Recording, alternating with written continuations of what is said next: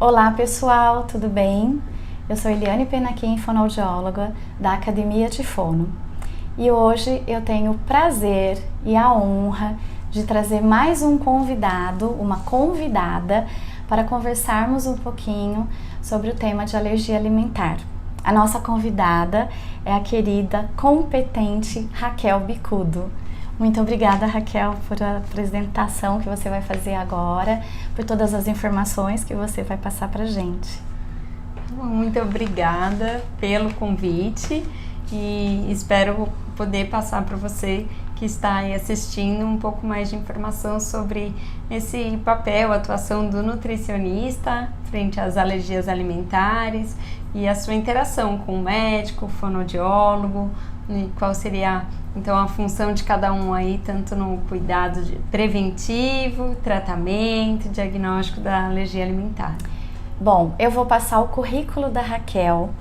A Raquel é nutricionista, doutora em ciências aplicadas à pediatria pela Unifesp, professora de nutrição, atua no ambulatório de alergia do Hospital São Paulo há 14 anos e tem 16 anos de experiências no atendimento em consultório.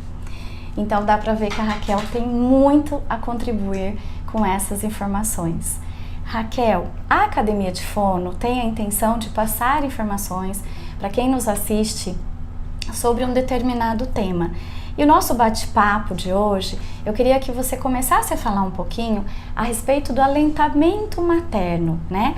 Como é que está hoje no Brasil? A gente sabe que as alergias têm aumentado muito e eu queria falar um pouquinho e fazer essa relação com a fonoaudiologia do aleitamento materno. Bom, aleitamento materno é uma questão assim indiscutível em relação a ser o leite materno o melhor alimento do mundo, né? Ele é um alimento perfeito, vivo, ele é totalmente feito ali para aquela criança, adaptado àquela criança. A gente sabe que tem diferença na composição do leite de uma mãe que teve um bebê prematuro, se teve o bebê a termo, se o bebê está doente, se ele não está, enfim. Então a gente sabe que é um alimento vivo e que é perfeito. E a gente precisa sempre fazer essa divulgação, essa apologia ao aleitamento materno, porque a gente sabe que mesmo sendo o alimento mais perfeito, o ecologicamente correto, ele é de graça, né?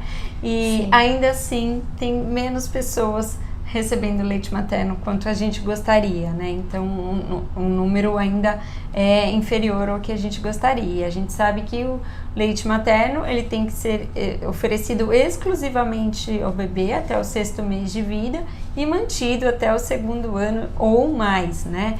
Então pelo menos até os 2 anos mantido ali junto com a alimentação complementar e exclusivo até o 6º mês.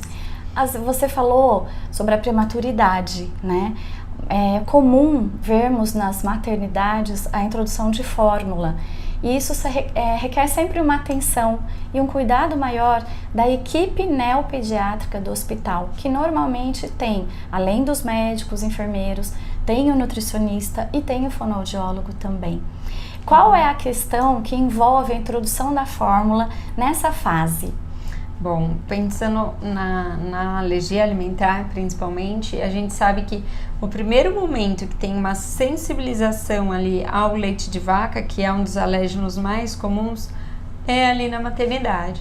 Então, o bebezinho, mesmo que nascido a termo, ele nasce com um sistema imunológico e gastrointestinal preparado para digerir e absorver os nutrientes que estão ali no leite materno, né? Mas ele não está bem preparado para digerir uma fórmula infantil, por exemplo, que apesar de ser adaptada ali para ser usada como um substituto do leite materno, ela tem uma proteína de mais difícil digestão. E é neste momento, muitas vezes, que o bebê acaba recebendo uma fórmula infantil com uma proteína um pouco mais difícil de ser digerida. Ele, por ter um trato gastrointestinal mais imaturo, às vezes essa proteína ela acaba sendo passando intactamente ali numa forma maior, né, e sendo reconhecida pelo corpo como algo estranho, e aí o corpo começa a fazer anticorpos ou então a mobilizar células ali do sistema imunológico para que então comece a fazer as reações contra o leite de vaca. Inclusive, né, Raquel, tem a questão da microbiota, né? Que a gente sabe, existem estudos que já falam a questão do sabor, daquilo que a mãe come durante a gestação. Existe uma tendência da criança a preferir também por esse tipo de sabor. E o leite materno, ele tem, além de toda a parte, né, dos anticorpos, ele favorece essa questão da microbiota, que hoje se fala tanto. O leite materno, ele é muito rico em lactose e em oligosacarídeos, então são alguns carboidratos que não são digeridos. Esses oligosacarídeos, eles estão ali presentes justamente para eles servirem de pré-bióticos para as bactérias que vão colonizar o bebê, né? Então, ele serve de alimento para essas bactérias, como meio de cultura, então favorecendo ali uma microbiota melhor, mais equilibrada, né? E o bebê, quando ele mama direto no seio, ele também acaba entrando em contato com a própria microbiota da mãe, enfim. Então, inclusive, pensando nisso, já desde a gestação, a gente já fala para a mãe, para que ela tenha uma alimentação a mais variada possível e rica ali em fibras solúveis e alimentos que sirvam ali como pré-bióticos, favorecendo então uma boa microbiota, né? Sempre tem uma dúvida, né, Raquel, em relação à gestação, na questão dos suplementos. As mães, né, quando a gente fica grávida, a gente realmente quer dar o melhor, quer se nutrir, porque a gente sabe que esse bebê vai precisar disso. Então, na sua opinião, como nutricionista, vale a pena essa variedade de alimentação com peixes, ômega 3? Isso, inclusive, é importante a gente falar que durante a gestação, pensando em prevenção de alergias alimentares, as mães não precisam fazer dieta de restrição de nenhum alimento potencialmente alergênico. Pelo contrário, elas podem consumir aqueles alimentos que já fazem parte naturalmente ali da alimentação dela, então os peixes, as castanhas, frutos do mar, enfim, claro, não vai comer nada cru, né? Então tem aqueles cuidados em relação à gestação, mas ela precisa consumir. Se for do hábito dela consumir leite derivados, isso deve ser mantido. Se for do hábito comer peixe, isso deve ser mantido, né? Estou falando se for do hábito porque tem pessoas que são veganas, enfim, acabam não usando esses alimentos, mas dentro ali do seu hábito cultural, ela deve manter essa alimentação e mais baseada em alimentos in natura e minimamente processados, sempre evitando os ultraprocessados, que são muito ricos em açúcar, em sódio, em gorduras saturadas, gordura trans, que já não fazem bem para a saúde. Uma coisa que eu queria falar sobre isso, ainda pensando em prevenção, que você adotar hábitos alimentares saudáveis desde a gestação é importante não só para a mãe que está gestante, mas para o marido também. Né? Que interessante! Pro pai. Olha só que interessante, pessoal. Porque depois, toda essa parte, hoje já tem toda a parte da epigenética, né, que vê isso até a relação da alimentação do pai no que as crianças depois podem desenvolver. Então, se a casa toda tem uma alimentação mais saudável, com certeza essa criança vai crescer aí num ambiente mais saudável. E além da alergia, a Raquel está me fazendo lembrar uma coisa relacionada à obesidade, que é um outro fator que também tem crescido muito além da alergia. Pegando só o gancho, Raquel, do que você falou da dieta de restrição, vamos imaginar que a gente tem um bebê que está amamentando e de repente a mãe abre a fralda e vê um pouquinho de sangue, né? Um rainho de sangue ali. Sim. O médico tem que ser a pessoa que vai fazer o diagnóstico, é ele que vai acompanhar essa mãe, essa criança. O diagnóstico é médico, mas o nutricionista, o fonoaudiólogo, o psicólogo, toda essa rede de apoio faz parte também do diagnóstico. Mas na parte nutricional, como que a nutricionista entra numa situação da dieta para essa mãe? Sim. Bom, a gente sabe que como eu comentei, a alergia ao leite de vaca é a alergia mais comum pensando em alergia alimentar, né? Existem outros alimentos, a gente fala de 8 alimentos que são os mais potencialmente alergênicos, né? Então, além do leite, então a soja, o ovo, o trigo, castanhas, peixes, frutos do mar, né? Mas o amendoim, peixe, enfim. Mas numa primeira infância, logo o bebezinho, o primeiro alérgeno que a gente vai pensar é o leite. E aí, quando começa a ter algum tipo de manifestação que o pediatra desconfie que seja alguma alergia, uma manifestação típica de alergia alimentar, então a gente pode falar nessa fase do bebezinho, como você falou, o sangue nas fezes, que pode ser fruto de uma proctocolite, o refluxo também exacerbado, pode ser também uma manifestação alérgica, enfim, uma cólica muito importante, choro, um bebê muito irritado, isso tudo que seja assim, muito importante, pode-se pensar em alergia alimentar. E aí o primeiro passo seria manter o aleitamento materno e retirar o leite de vaca da dieta da mãe. Então é sempre esse o primeiro alimento que a gente pensa em tirar. Dependendo do caso, já tira também o leite de vaca e a soja, né? Dependendo do tipo de manifestação. Então, se é uma manifestação gastrointestinal, é comum tirar o leite de vaca e a soja, e outras manifestações, às vezes só o leite de vaca. A gente procura tirar pelo menos esse primeiro alimento, e aí essa mãe, ela precisa fazer uma dieta bem rígida, sabe? Ela não pode comer nem um pouquinho, nada que possa conter a proteína do leite. Ou o tal do escape, né? Que então, é aquela pessoa que às vezes oferece um biscoito para criança.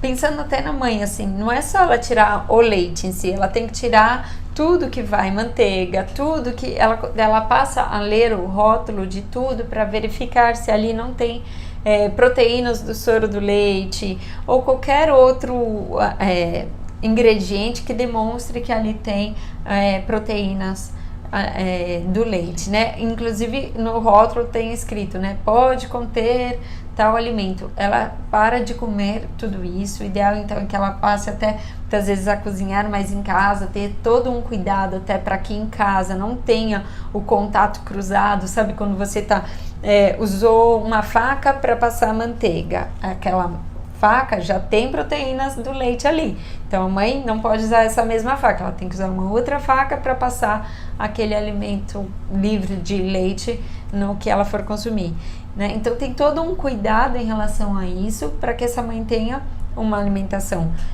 por um período de umas 4 semanas, às vezes um pouco mais, até que a gente observe a melhora do bebê. E de uma forma segura, né, Raquel? Por isso é tão importante. Às vezes, esse momento da academia de fono, com uma super nutricionista, passando todas essas informações, é tão importante, porque muitas vezes, como a Raquel falou, a mãe vai ter que olhar rótulo, ela vai ter que ler mais o rótulo, porque ela não pode correr risco, essa criança não pode correr risco.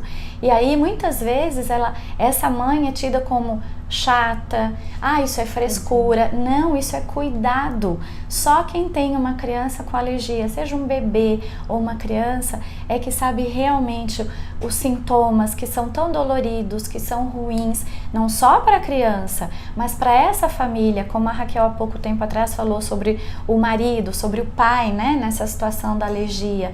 Então é muito importante a gente reconhecer, conscientizar a necessidade desses cuidados, né? Sim, porque nesse período, né, é um período assim de umas 4 semanas que a gente pede para que seja assim bem rígido.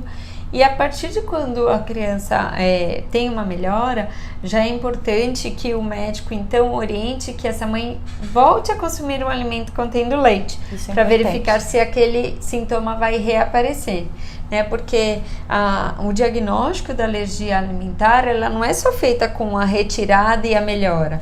Precisa fazer uma reexposição para verificar se realmente era alergia. Porque tem sintomas, por exemplo, um refluxo, ele pode ser um refluxo fisiológico, pode ser pela imaturidade ainda ali da criança, e que aquilo passe e que tenha sido uma coincidência ter passado junto com a retirada do leite. Então, só fazendo essa reintrodução na alimentação da mãe, é que é possível verificar se isso era do leite ou não era. Sim. E se não melhora com a retirada do leite, aí a gente acaba retirando também a soja, muitas vezes até já tira antes, porque às vezes quando essa criança está com um trato gastrointestinal mais machucadinho, ela corre o risco de se sensibilizar também à soja, né? Então a gente já orienta a mãe para fazer às vezes a dieta já sem leite, sem soja por esse período. Mas não é começou, ficou bem e aí a mãe segue fazendo a dieta para sempre. Não, mesmo após o diagnóstico, ela mantém a dieta de restrição, mas de tempos em tempos o médico orienta ela a testar de novo o leite na própria alimentação, porque é comum que a criança passe a conseguir aceitar o leite através do leite materno, né, quando a mãe consome e a criança não tem, às vezes isso acontece antes da própria criança começar a tolerar. Entendi. Né? Então são dois mecanismos diferentes. E muito importantes, né? E aí a gente vai cuidando dessa mãe também, né? Sim. E essa mãe precisa passar no nutricionista para poder receber isso que eu ia falar suplementação. Agora. O quanto é importante o acompanhamento nutricional. O médico tá guiando e é interessante porque esse nutricionista conversa com o médico conversa com o nutricionista. Então essa rede, quem vai se beneficiar é a mãe e a criança. E você sabe, Raquel, falando um pouco sobre essa questão da amamentação, essa criança com alergia, muitas vezes, no consultório fonoaudiológico, a gente encontra a criança que tem todos esses sintomas, faz a retirada, começa a reintrodução, mas muitas vezes é uma criança que engasga, que a questão não é a alergia, mas é uma incoordenação da respiração com a sucção e deglutição. É uma criança que engole muito ar. Você falou muito bem do refluxo. O refluxo, no nosso consultório fonoaudiológico, ele é muito incidente, né? Então, esse refluxo, muitas vezes, quando a criança já tem esses sintomas da alergia, a mãe fica extremamente preocupada, porque a aerofagia, que é a deglutição do ar, ela dificulta ainda mais, né? Por isso é importante o trabalho do médico, da fono, da físio. E aí nessa parte do diagnóstico também, que às vezes é uma fase complicada mesmo, né? Porque você tem que observar, ver se melhorou ou não com a retirada do alimento, ver se piorou quando volta o alimento. E já aconteceu situação, por exemplo, de a gente ter criança que tem uma dificuldade de aceitar uma mamadeira, uma dificuldade de mamar, e aí a gente fica, será que ela tem uma esofagite eosinofílica, que é uma manifestação alérgica, ou será que ela tem algum outro problema de motricidade que está dificultando? Então, às vezes, até nesse processo diagnóstico é importante essa interação, né? Sim. Da fonoaudióloga também avaliando isso para verificar se isso é um problema de alergia ou não. E quem tem alergia, por exemplo, esofagite, às vezes a criança sofre com muita dor nessa região, né? E depois, às vezes, precisa de um trabalho do fonoaudiólogo também para que essa criança volte a aceitar melhor os alimentos, para que ela não fique com esse trauma, né? Ô Raquel, eu queria que você falasse um pouquinho da introdução alimentar, porque o fonoaudiólogo trabalha muito com a introdução alimentar. Na criança alérgica, é comum nós fazermos a reintrodução do alimento, porque muitas vezes essa criança precisa, por um determinado período, não comer aquele alimento. E muitas vezes, na hora que o fonoaudiólogo traz o alimento novamente, a criança não quer. E às vezes a família fala assim, ele não quer, será que é de novo por causa da alergia? Daí tem a questão nutricional mesmo, uma criança que às vezes ganha mais peso ou menos peso. É muito importante a avaliação nutricional por conta disso. Uma das questões que eu queria falar, tocando nessa história do medo, né? Antes de falar da introdução alimentar, já vou falar sobre isso.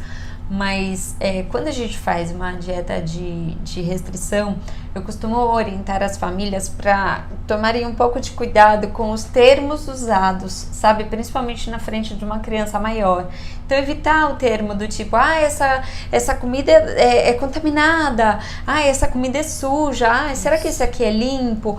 Porque às vezes quando essa criança chega mais velha, essa alergia passa e aí a gente quer que ela coma, porque às vezes está com uma dificuldade de ganho de peso e crescimento, às vezes ela começa a apresentar alguma recusa, não por dor, não por sintomas ou por questões assim de textura e tal, mas às vezes porque ela ficou com aquilo na cabeça, de que não, esse alimento para mim não é bom, e às vezes ela não quer nem chegar perto, nem experimentar. Então a gente precisa tentar não levar essa questão desse peso, né, psicológico aí para a criança.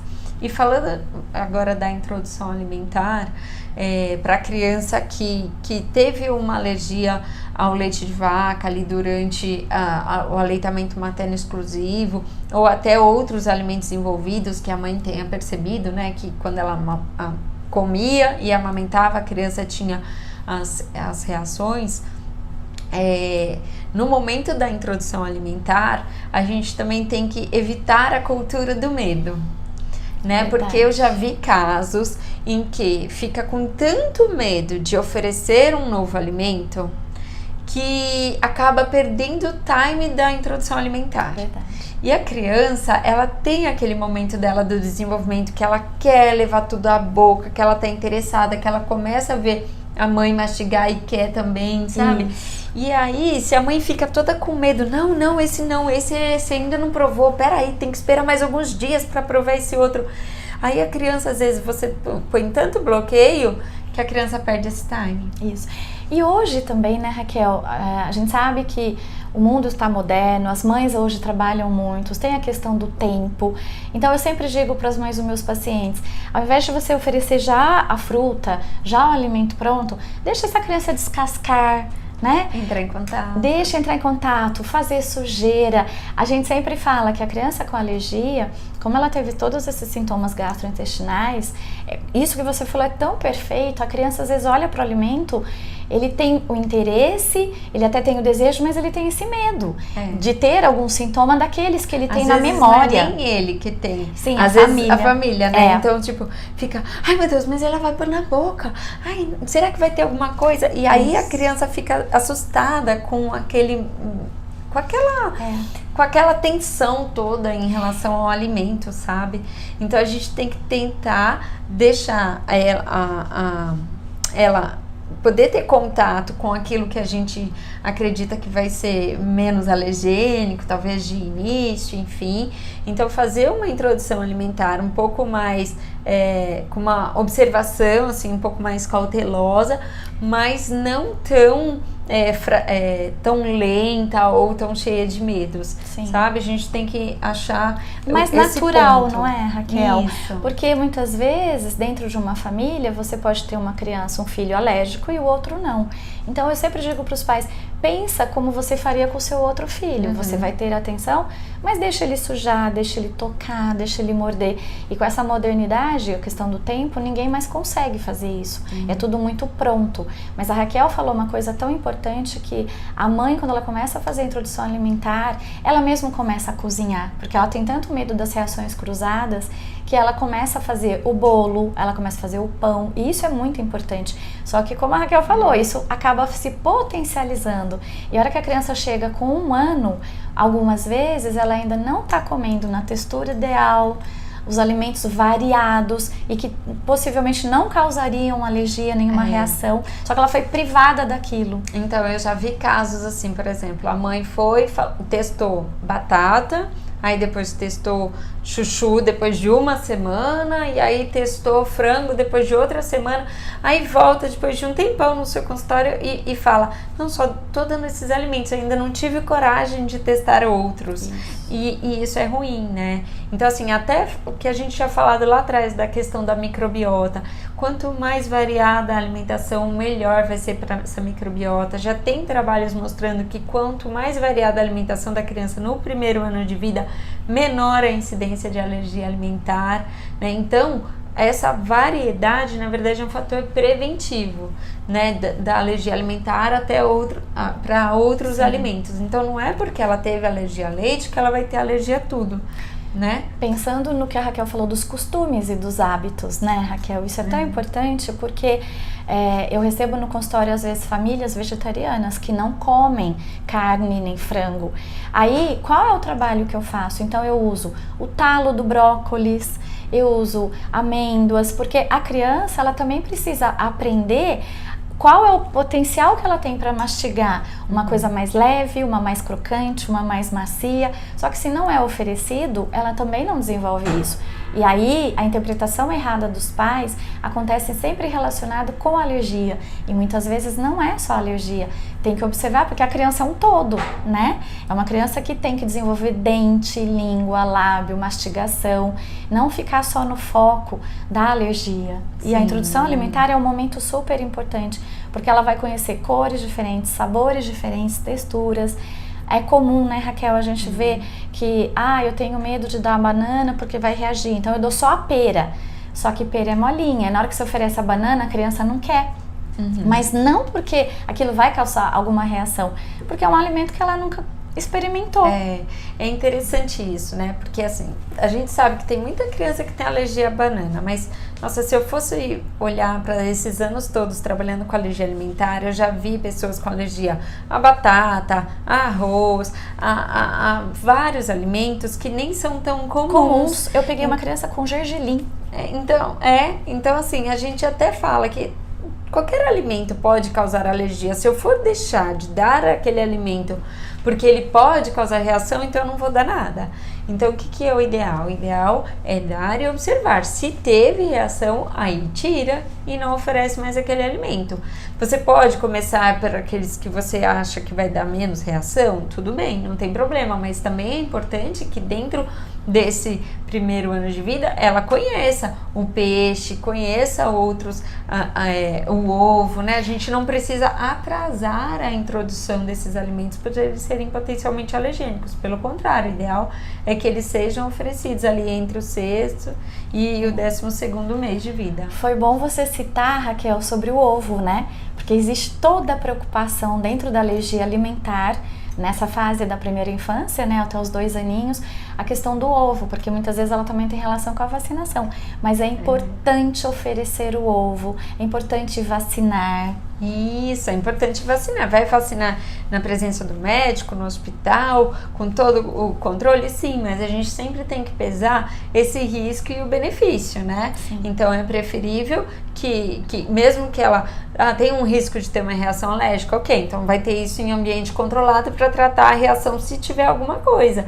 É melhor do que correr o risco de depois pegar uma doença que poderia ser prevenida através de uma vacinação. Ô Raquel, e só uma coisa que eu acho que existe os mitos e as verdades, né? Em todas as áreas da saúde. E sempre tem, como você falou, da banana, do mamão, a questão das reações alérgicas. Não existe uma regra, né? Não. Então as mães, muitas vezes, elas chegam no meu consultório com todo um relatório, né? Com planilhas. Mas o que a gente tem que entender é que a criança ela é individual. Né? E aí, essa questão da introdução alimentar, muitas vezes ela é pautada até muito na nossa cultura, né? No nosso hábito cultural. Então, aqui no Brasil, a gente tem o hábito de iniciar a introdução alimentar pelas frutas, porque somos de um país tropical, mas não teria problema começar por um legume, por um tubérculo. Eu não sei como é que começam no Alasca, ou na China, ou em outros lugares. Provavelmente não é com fruta, né? Então, a gente não é necessário se engessar dentro dessa regra. Sim. Né? A gente pode começar essa introdução alimentar de uma forma mais natural, claro, respeitando o hábito cultural daquela família, respeitando aí, então, o que vai deixar aquela mãe mais segura, mais confortável, para que ela não passe aquele medo pro bebê, mas a gente não pode ter, por conta de uma alergia, perder o tempo dessa introdução. É isso que eu acho que é o mais importante. Sim. Para que não tenha problemas de seletividade mais para frente, né, de dificuldades alimentares. Porque com certeza quando a gente começa a ver essas questões de dificuldades alimentares, a gente encaminha para fono tentar resolver o problema, mas isso poderia ter sido prevenido lá na introdução alimentar. Exatamente, porque é aquilo que a gente já vem conversando, né? O leite é homogêneo, é mais líquido, a hora que começam com as frutas e os legumes, a criança tem que fazer outros movimentos para poder conseguir mastigar e deglutir.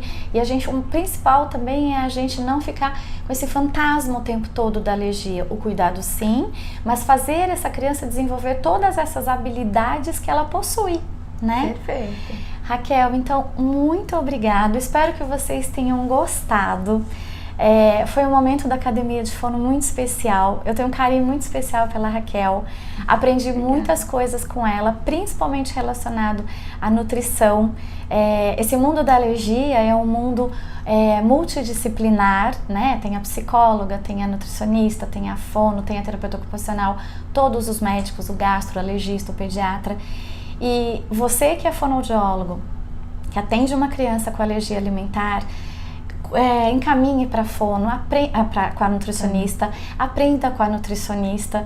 A Raquel Bicudo é uma nutricionista muito dedicada, ela atende há muitos anos já crianças com alergia alimentar. Então eu quero dizer, Raquel, que foi um prazer. Tenho certeza que ela trouxe informações valiosas para vocês. E tendo dúvida, procure a nutricionista. Raquel, muito obrigada. Eliane, muito obrigada pelo convite, obrigada pela oportunidade de participar, conversar mais com fonoaudiólogos, porque eu quero fazer mais parcerias com o fono e quero que os meus colegas nutris também façam, porque a gente sabe que o trabalho em parceria é muito melhor, o paciente sempre é beneficiado. Quem ganha sempre é o paciente e a família, de uma forma segura e nutricional. Isso né? aí. Espero que vocês tenham gostado. Até o próximo encontro da Academia de Fono. Tchau!